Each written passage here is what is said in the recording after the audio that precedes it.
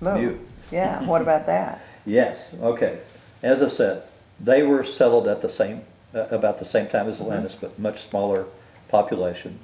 And so it took them a lot longer to grow. And I asked, well, did they ever try and conquer Japan or anything? No, they were very happy where they were. For thousands of years, Mu or Lemuria was, as people have it in legends, it was a very idyllic place. And it was only in the last 1,000 years of their existence where things started heating up and rulers started deciding to fight with each other. And there were 5 countries, I believe it was, 5 or 7, on the continent of Mu. And they mostly were divided by like rivers or mountains or things like that. But again, it got so bad that, and this is how I found out about it. I was asking, well, did I ever have a life, on Lemuria? Tom, you helped sink Lemuria. You didn't want to hear that at No, all. I didn't.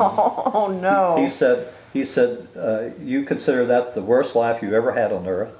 And he said actually that it took me 80-something lives to balance that one, because I was a religious leader of one of the countries, and I encouraged the leaders of my country to go ahead and bomb these other 2 countries that we were really fighting back and forth with, because we didn't think they had these enormous, I'll call them hydrogen bombs, Okay. but it was a different kind of energy. Okay. And just keep in mind, Mu had a different energy from what we have today. No crystals either. And crystal, and the Atlanteans have a different energy from what. Okay. So that tells you we have a long way to go in discovering other energies And alternatives. and alternatives. There's going to be free energy within a machine within 5 years. Or I so. hope you're right. Yeah, I hope so too. And so, anyway, we digress. And so I encouraged them to drop these 2 H-bombs or whatever they were on these other 2 countries, thinking that they didn't have any way to retaliate. They did, and they retaliated against us, and then everybody got involved, and this so destabilized the continent that within a matter of days, it sank. Days. Matter of days, yes. It sank, and the oceans rose again 200 feet. So when people say, well, why can't we find any remnants? It's because so many people lived on seashores all around the world, and just millions and millions of people died when these continents and all sank, and these tsunamis rushed in and just wiped everyone out. And so it took thousands of years for things to recover. It went back to the Dark Age. All right, I'm Laurel Blyth Tague, and I'm here with Tom Moore with Epic Voyagers, and we're talking with him about one of his books, one of his 4 books. He's got a 5th one coming out very shortly. This one is called First Contact, Conversations with an ET, and I want to make sure that you know Tom's website, because it goes back many years, and he has a lot of this information we're going to talk about right now, and other things about other planets, other species, disclosure coming here on planet Earth in the very near future. We're going to talk about that a little bit.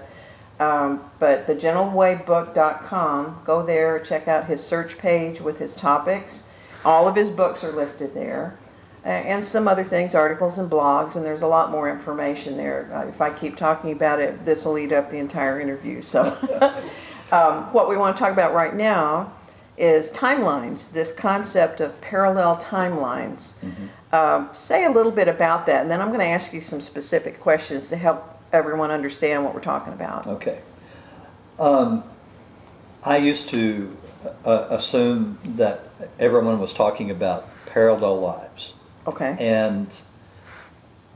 But my guardian angel Theo calls them timelines, and so that's what I started calling them, was timelines, after he explained it was basically the same as parallel lives, but it differentiates because there are 12 timelines, and it helps you understand that it's a much larger concept than just a couple of parallel lives going on. Okay, so one big difference is that there's actually 12 of them. Yes. As I remember from your newsletter, because I subscribed years ago and read it literally every week, they go on simultaneously, but not just simultaneously. They're jumping all over in terms of what we think of as time, like 4,000 years ago, 20,000 years from now. Explain that. Well, okay. One are past and future lives. In a timeline, what happened was that our souls, and I'm talking about the whole soul, not just us that are fragments, but our souls wanted to get the biggest bang for the buck, so to speak, in this Earth experiment. And so they created the space-time continuum, and by doing so, they also created 12 different Earths.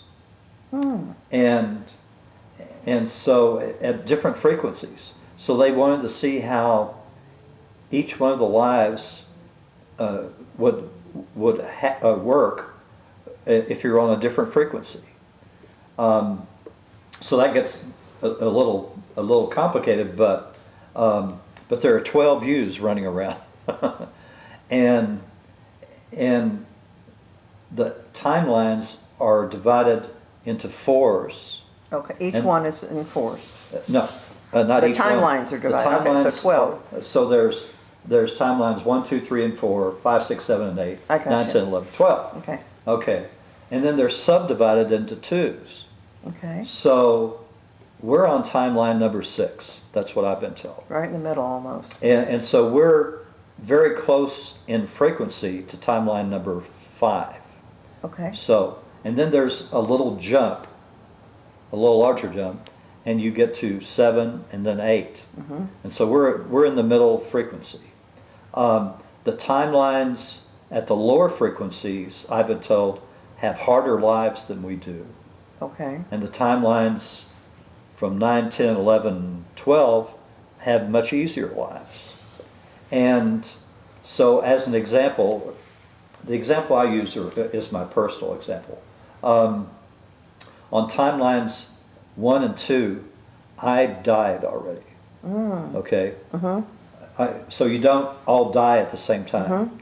You can, but it sounds like it rarely happens. So on timelines 1 and 2, I died of congestive heart failure. On timelines 3 and 4, I never got into the film distribution business. I stayed in the international tour company business. And I also, my wife and I divorced 19 or 20 years ago and both remarried. So those were two differences. Then on timelines 5, 6, 7, and 8, we've been married the whole time. And of course, each one of these timelines, as you're rising, become a little bit more gentle and a little more gentle. Now on 5, 6, 7, and 8, when I went to TCU, I had to go through Army ROTC in order to help me pay for my college, and I got a degree in business with a specialty in finance. Okay, so that's and then I went into the Army, spent a year in Korea as part of my 2-year commitment, and so on. On timelines 9, 10, 11 that were physical, get into 12 in a minute, things were easier. The Vietnam War did not happen. Oh. They resolved the conflict. Instead of graduating with a degree in business, I was pushed along by my soul and guardian angel to have a degree in English. Oh. When I graduated, I married my college sweetheart, who in the lower timeline sent me a Dear John letter over in Korea. Oh my goodness. Okay, we graduated. Well, after I graduated, we married, moved to Colorado. I became a writer, science fiction, eventually metaphysical type stuff. And skied. And skied. Because you love it. I love, yeah. And we eventually divorced, and I said, well, I could have told my upper timeline that was going to happen. And so I think she eventually moved back to the East Coast with the kids. Timeline number 12 is very unique because it's non-physical. And I said, why is it non-physical? Well, our souls wanted to have a perfect life that all the other lives could be compared to. And so that's why that life is non-physical. That's it's amazing. The perfect idyllic life. And so as you go down, now every once in a while these timelines will merge. The first time I got into timelines was excuse me, in 2007 when we merged with timeline number 5. Okay. And this was for several months. But you don't notice anything, and because they block you from seeing the differences. Okay. Then again, here in 2015, as we're recording this today, we spent a month merged with timeline number 7. Now I was really looking hard to see what the differences were, and I found things just seemed to be easier. I could just, everything's going to work out, don't worry, kind of an attitude. And it did. So there's less stress, it appears, on timeline 7 than it is for us. And I said, well, why did we merge? And it was only for a month. Well, we needed feminine energy, and it's going to take all the way to the start of 2016 for it to sink in. But we will look back on this year as a year of transition. Oh, how interesting. Towards a more feminine More undercurrent gentle. Yes. or something. Yes. Isn't that interesting? And there'll be more women that will be in places of power, countries. And more so on. influence. Yes. So when you say they merge, is it like you're walking by yourself in a mirror and you're really going through exactly the same things? Yeah. Okay, It that's sounds like it. amazing. Although, now, what's interesting, in one of Jane Roberts' books, Seth. dating all the way back when That it was goes way back, Seth's book. 60s, I think. Oh, yeah. I read them all. And she mentioned at one point that she and her husband were at a ballroom, and sitting across the ballroom from them was themselves, and they looked very sad.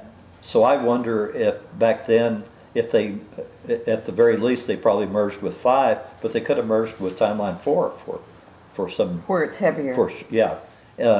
Just to kind of give people a taste, that there are timelines. So she did talk about that way back then.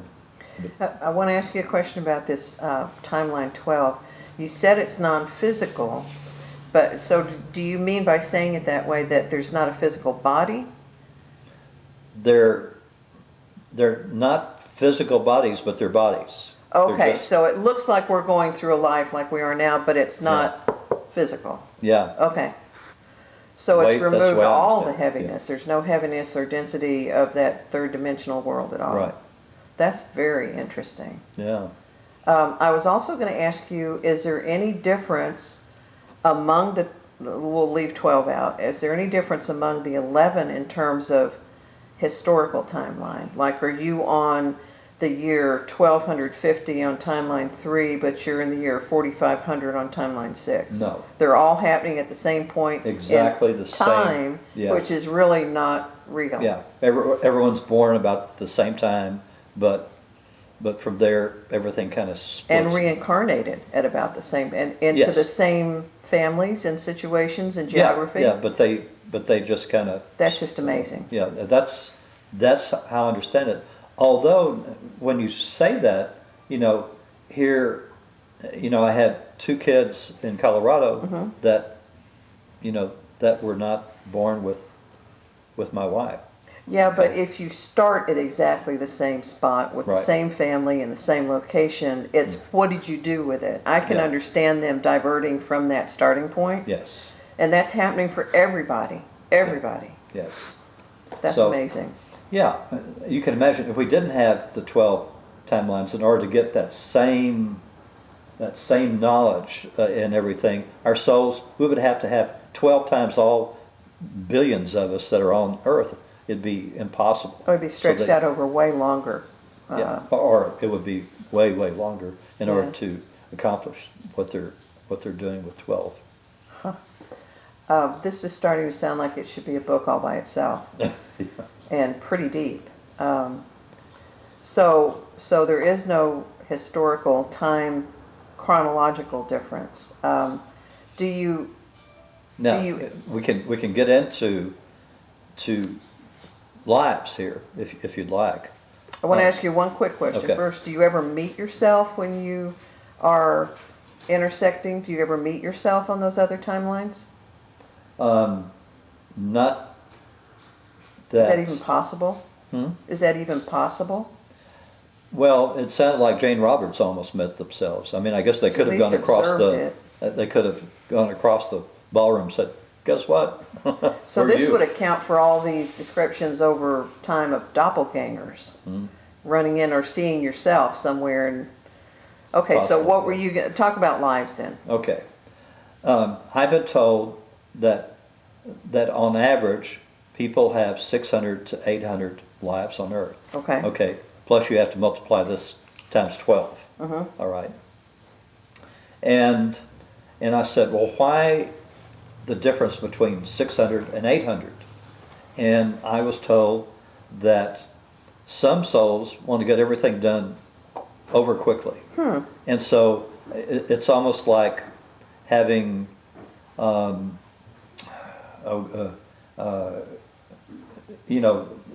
drama queens. Okay. And that you see some of your friends, something's happening to them all the time. Okay. So it could be very well be that they're one of these soul fragments from a soul that wants to get everything over quick. I'm having this serious reaction because I think from the way my life runs, I must be one of those drama queens. I don't want to be.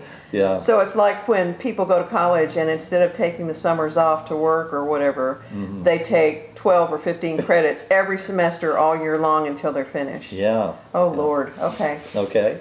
And so and then there's the souls that, well, we'll just take our time, and so they'll have more towards the 800 level. Yeah. Go at a normal pace. Yeah. And then a lot of people have a misunderstanding, and I was included right along with everybody else. We don't have our lives in consecutive order as far as in years. Okay? So as an example, my wife's next life will be back in ancient Egypt, and she will be a man and a great leader for her people, and I will be her assistant, but it's a past life for me. I've already had that life. Oh. Okay. That's very interesting. Okay, and so my next Earth life will be in the 3400 era, when there, and I'll be one of the female space pilots of one of 17 Earth starships. We won't start being able to travel to the stars until about 3250. Everybody thinks it's going to be much sooner than that, but it's not. Okay. After the 3400 life, I go back to 2600, and in that life I'm supposed to prepare people to go to the stars. Okay. And then after that life, I go back to 3400, but I'll stay on Earth and do something there, whatever it is. Okay, now you brought up a real interesting question in my mind. So if your wife is going back in history to where you're already having a past life, the two of you are not actually incarnating again from this life at the same point, and then you may incarnate later in a different period together at the same time. Yes. So it's very individual about the Okay, so here's my next question. Okay. You talk about soul clusters. I think some people are confused about what's the difference between this individual essence sitting in front of me who will incarnate over and over again and have all these 800 lives. Mm-hmm. What are you talking about when you say soul cluster, and do they move together, or is it still an individual action? Okay. A soul cluster are each cluster, according to what I've been told, has somewhere between 6 to 12 fragments. Okay. In mine, I think it's like 8. Okay. And I used to think, oh, we must be like peas in a pod. We're identical. But no, our souls imbue us with different interests. Mm-hmm. So as an example, mine is religion. Okay. Okay, so I've been around when any religion on earth started. I was around. Mm-hmm. I was supposedly Salami or Salami. I'm not. Salome? So, Is that with Samson? No, the mother of 2 of the disciples. Right. And also a female disciple of Jesus. Mm-hmm. Okay, and when the Sikh religion started, I was one of the 5 men that offered to have him cut off our head in our devotion to him, and he didn't do it. He just wanted to see who was devoted to him, and I became one of his advisors. Okay. So it's like your pathway is all connected with spiritual development and religion. Yes. Okay. And for Muhammad, I was one of his friends. Okay. So each one of these religions, I was around when it started. That's my interest, spiritual interest. So one of the others might be artistic. Well, as an example, Antura is a part of my soul cluster, who I talked to in the first contact book. And Antura is an explorer. That's his sole interest. So as an example, one of his lives on Earth, he was the uncle of Marco Polo. Oh my. Okay, so he actually went on that trade route before Marco Polo, but Marco Polo was the guy that wrote about it. Okay, so that's his interest, and that's why he's going in this book. I talk to him about not only going to that desert planet where there were sloths, where they introduced themselves, because he's part of a first contact team, but he also went to the universe that's next to ours. So there's billions of universes and billions of creators, and there are 3 universes that are close to our universe, but we can only see one of them in the night sky. The others are on the other side of the universe. Oh my. And what we think is our universe is actually the other universe, part, because we're sort of at the outer rim of where we are, and we can actually see those. And he said, Tom, he said, you have nothing to compare it with because you haven't been to any other planets, you know, as humans. But he said, they're really different. So, whatever that means. Well, we will barely have all of this figured out by the time we go and try to figure out that whole new universe to universe and creators. That's gonna. So we're never. The challenges are always there, coming at us, and the new learning. Yeah, and that's. I mean, just to learn how to portal hop, which is how the rest of the universe mostly gets along, because they've had millions and billions of years to figure out how to use these streams of light connecting galaxies and stars and everything, so they can portal hop in just a second or two, a la, you know, in our space in the Star Trek or whatever. And by the way, most science fiction writers have had a life in the future, At least one. and come back to write about it and say, this is what to look for. That's fascinating. And so so it's going to take us all the way to 3250. And in fact, there's going to be, in about 3150 or so, somewhere around there, they're going to think, well, we're never going to figure this out. So they're going to be a volunteer group that will get on a ship, a spaceship, and they will put themselves into suspended animation like we've seen in science fiction movies, and travel and set out to travel hundreds of years towards another star and a planet. And less than 100 years later, somewhere 90, 95 years, whatever it is, they're going to figure out how to portal hop. And one of the first missions, after they tested out to one of the other Federation worlds, one of the first missions will be to go and retrieve these people. Oh my goodness.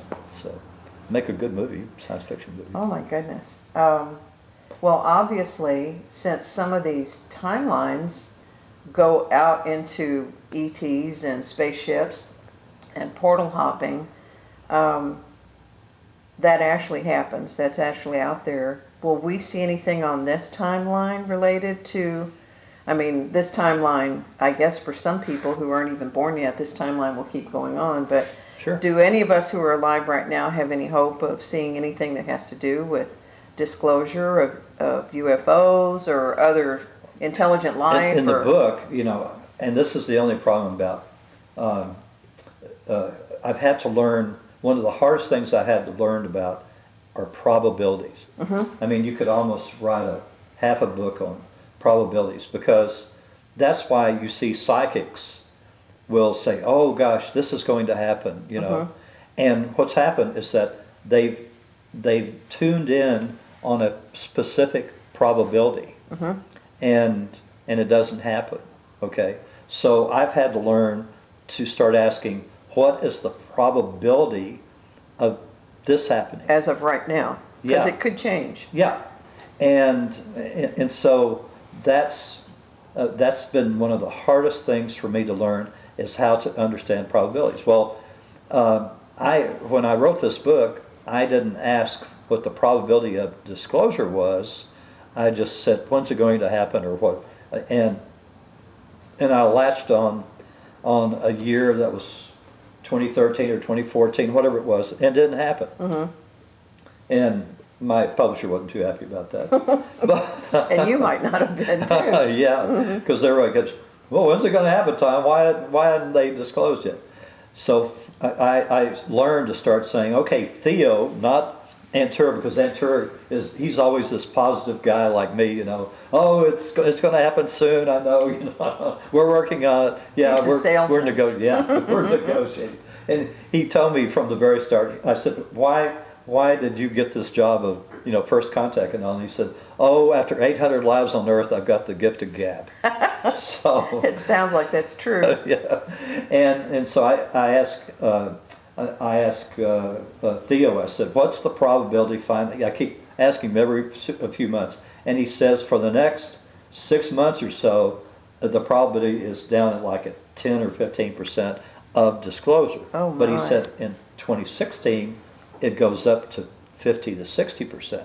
So it looks like we're going to get closer to disclosure. Obviously, I'll wait another 2 or 3 months, and I'll ask, okay, what's the chance of, you know, what's the probability of disclosure in the next 6 months or 9 months?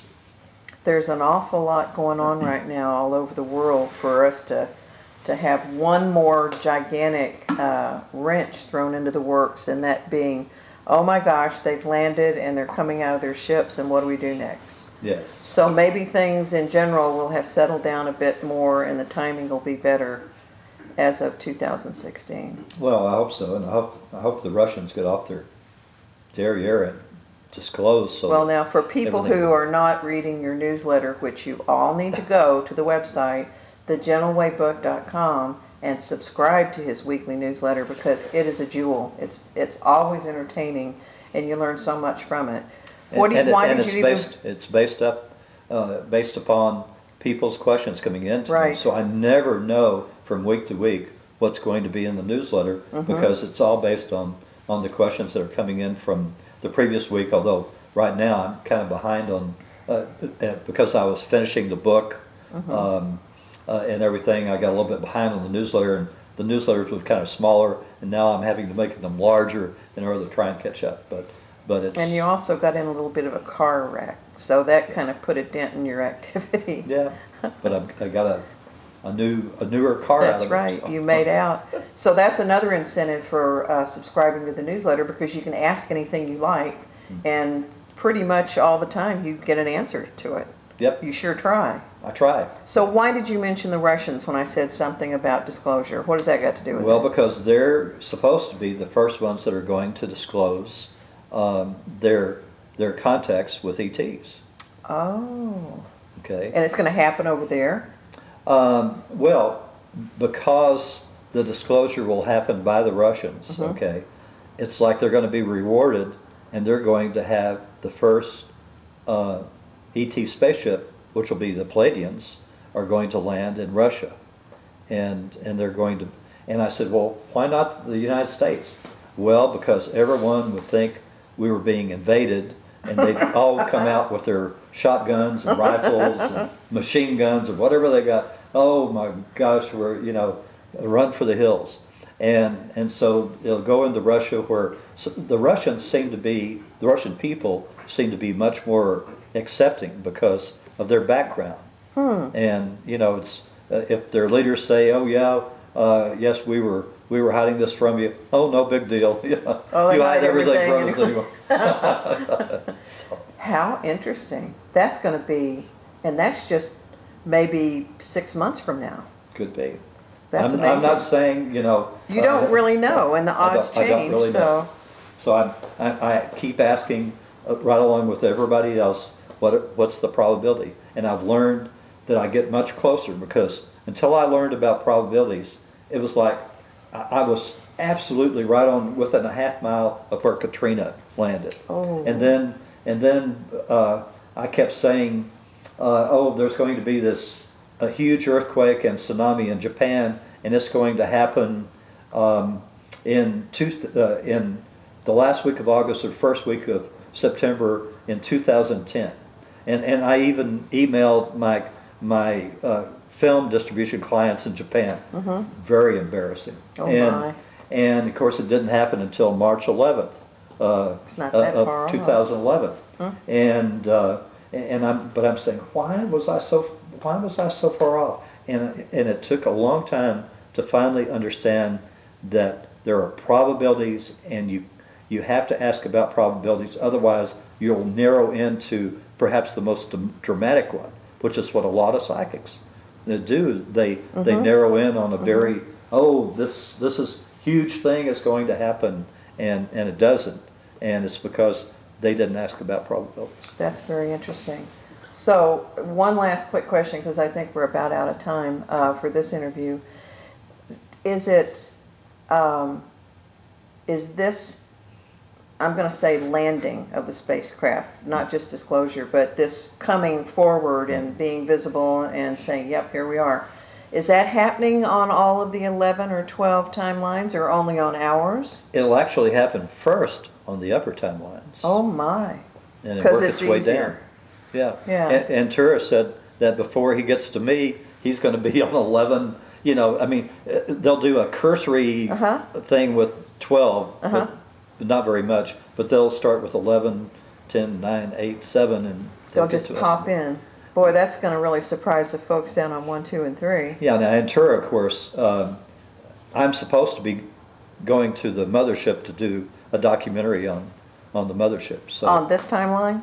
Or this another timeline, one? Okay. yeah. Wow. So That's amazing. We'll see if that happens or not. Oh my I'm goodness. not holding my breath, but I'll be excited if it happens. Well, I can't think of anybody that'd be better to do the job. So, especially with, remember that all of this information on timelines is covered in Tom's book, First Contact, which you can get at Amazon.com and at his website, thegentlewaybook.com, and I guess in what they And call directly from my publisher, Light Technology, and you can Google Light Technology telephone number, and they have an Wonderful. 800 number, or for people outside the United States, they have a telephone number you can call and order it directly from them. Okay. And also, you can find more information on it at his website if you do a search on that page. And also it comes up almost at least every other or every third newsletter that comes out weekly. Someone asks about it. So it's a fascinating topic. I can't say that I completely grok it right now and understand it, but I want to know some more about it. And we'll be looking forward to that spaceship landing on our timeline here pretty Yeah, soon. yeah. Thanks, Tom, for your time. Take care. Thank you so much.